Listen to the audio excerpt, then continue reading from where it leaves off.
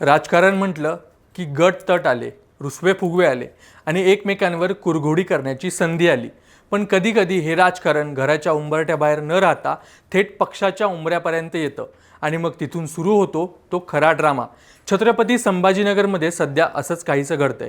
विचार करा, एक असा नेता जो गेली कित्येक दशकं एका शहरात पक्षाचा कणा म्हणून ओळखला जातो, ज्याने शून्यातून विश्व उभं केलं आणि ज्याच्या नावाशिवाय शहरातल्या शिवसेनेचा इतिहास पूर्ण होऊ शकत नाहीये, अशा नेत्याला आपल्याच पक्षात डावललं जावं. आपण बोलतोय शिवसेनेचे ज्येष्ठ नेते आणि माजी खासदार चंद्रकांत खैरे यांच्याबद्दल. छत्रपती संभाजीनगर शहराचं राजकारण हे नेहमीच संपूर्ण महाराष्ट्राचं लक्ष वेधून घेणारं राहिलंय. पण सध्या या शहरात जो हाय व्होल्टेज पॉलिटिकल ड्रामा सुरू आहे तो एखाद्या चित्रपटाच्या पटकथेपेक्षाही कमी नाहीये. काल संभाजीनगर महानगरपालिकेच्या उमेदवारी अर्ज वाटपाच्या टप्प्यात जो काही नाराजी नाट्याचा संघर्ष पाहायला मिळाला ते पाहून राजकीय विश्लेषकही चक्रावून गेलेत. ठिकठिकाणी राडा झाला, कार्यकर्त्यांनी घोषणाबाजी केली आणि निष्ठावंतांची तिकीटं कापली गेली. पण या संपूर्ण गदारोळात सर्वात जास्त चर्चेत राहिलेला विषय म्हणजे रशीद मामू यांची उमेदवारी आणि त्यावरून शिवसेना ठाकरे गटात पडलेली उभी फूट. एका उमेदवारीची ज्याने अख्ख्या शहराचं राजकारण ढवळून निघाले. विषय आहे छत्रपती संभाजीनगर महानगरपालिका निवडणूक 2026 आणि शिवसेना ठाकरे गटात पेटलेला खैरे विरुद्ध दानवे हा वाद. नमस्कार, मी लीलाधर आणि तुम्ही पाहताय थोडक्यात. खऱ्या अर्थाने पाहायला गेलं तर ही निवडणूक सर्वांसाठी प्रतिष्ठेची आहे. पण ठाकरे गटात जे काही घडलंय ते पाहून असं वाटतंय की बाहेरच्या शत्रूपेक्षा घरातल्या वादाचाच फटका बसण्याची चिन्ह जास्त आहेत. निमित्त ठरलं काँग्रेसचे माजी महापौर अब्दुल रशीद खान उर्फ रशीद मामू यांचा शिवसेनेत झालेला प्रवेश आणि त्यांना मिळालेली उमेदवारी. शिवसेना भवनाच्या दारात झालेला अपमान आणि आता मिळालेली उमेदवारी यामुळे शहराच्या राजकारणात मोठी खळबळ उडाली आहे. काही दिवसांपूर्वीची गोष्ट आहे. मुंबईतलं शिवसेना भवन राजकीय घडामोडींनी गजबजलेलं होतं. विधान परिषद विरोधी पक्षनेते अंबादास दानवे यांनी काँग्रेसचे दिग्गज नेते रशीद मामू यांना पक्षात आणण्यासाठी कंबर कसली होती.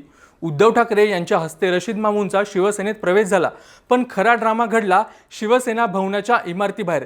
रशीद मामू बाहेर आले तेव्हा समोर उभे होते शिवसेनेचे ज्येष्ठ नेते आणि माजी खासदार चंद्रकांत खैरे.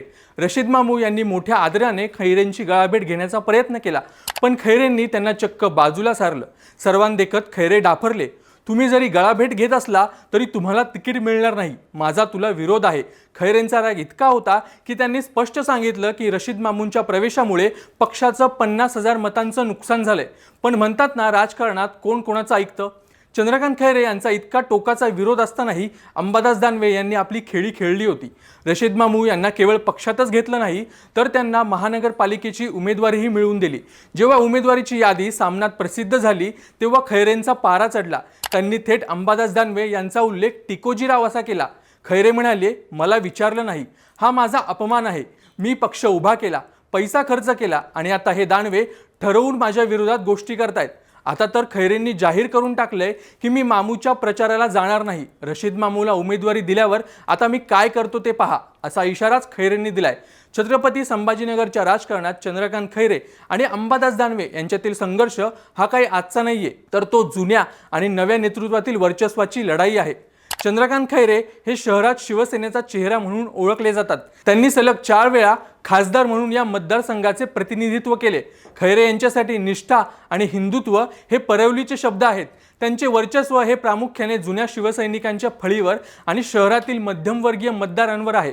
खैरेंनी अनेक दशकं शहरात शिवसेनेची सत्ता टिकवून ठेवली, पण 2019च्या लोकसभा निवडणुकीत त्यांचा झालेला पराभव हा त्यांच्या राजकीय कारकिर्दीला लागलेला मोठा धक्का होता.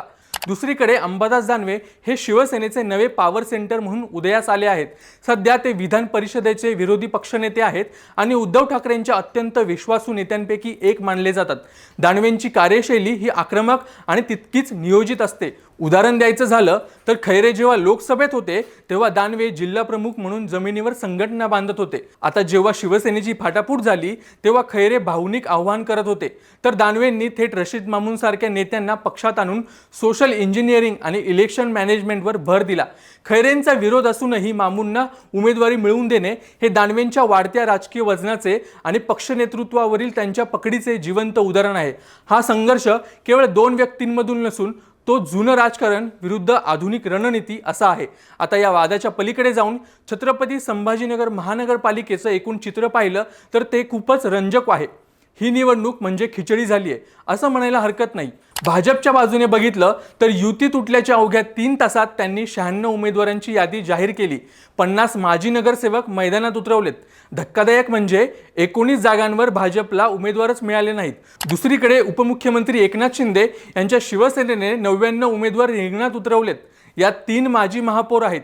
महत्त्वाची गोष्ट म्हणजे भाजपसोबत जागा वाटप झालं असतं तर त्यांना फक्त 37 जागा मिळत होत्या, पण आता ते स्वबळावर ताकद आजमावत आहेत. उद्धव सेनेची अवस्था तर खूपच कठीण झाली आहे. ही निवडणूक त्यांच्यासाठी अस्तित्वाची लढाई आहे. काँग्रेस आणि शरद पवारांच्या राष्ट्रवादीसोबत आघाडी करण्याचा प्रयत्न झाला, पण त्याला म्हणावा तसा प्रतिसाद मिळाला नाही. शेवटी त्यांनीही 99 शिलेदार मैदानात उतरवले. पण खैरे आणि दानवे यांच्यातील हा सुप्त संघर्ष मतदानापर्यंत काय वळण घेतो यावर ठाकरे गटाचं भवितव्य अवलंबून आहे. दानवे म्हणतात की असं तिकीट न मिळाल्यावर लोक बोलतात, पण त्यात काही विशेष नाही. पण खैरे ज्या पद्धतीने आक्रमक झाले ते पाहता हा वाद इतक्यात मिटेल असं वाटत नाही. इतर पक्षांबद्दल बोलायचं झालं तर काँग्रेसने 80 उमेदवारांना एबी फॉर्म दिलेत. वंचित सोबत त्यांची युती फिसकटली, त्यामुळे प्रभाग 24 आणि 26 सारख्या जागांवर आता दोन्ही पक्ष आमने सामने आहेत. MIM मध्ये तर वेगळाच गोंधळ सुरू आहे.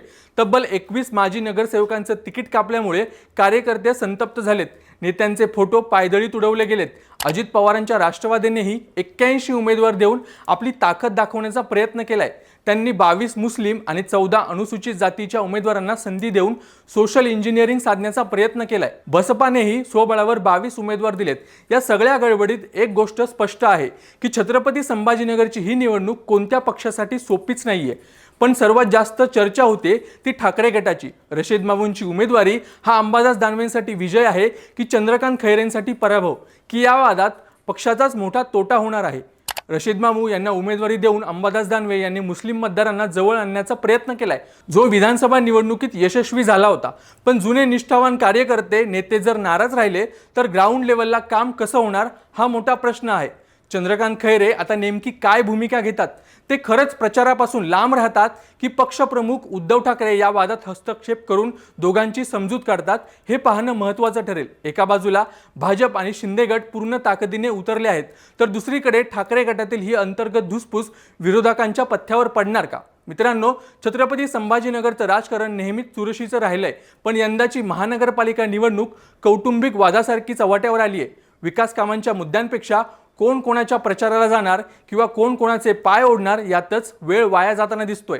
रशीद मामूंची उमेदवारी ठाकरे गटाला तारणार की मारणार याचं उत्तर लवकरच मिळेल. पण सध्या तरी खैरे विरुद्ध दानवे हा सामना शहरात चर्चेचा विषय ठरलाय.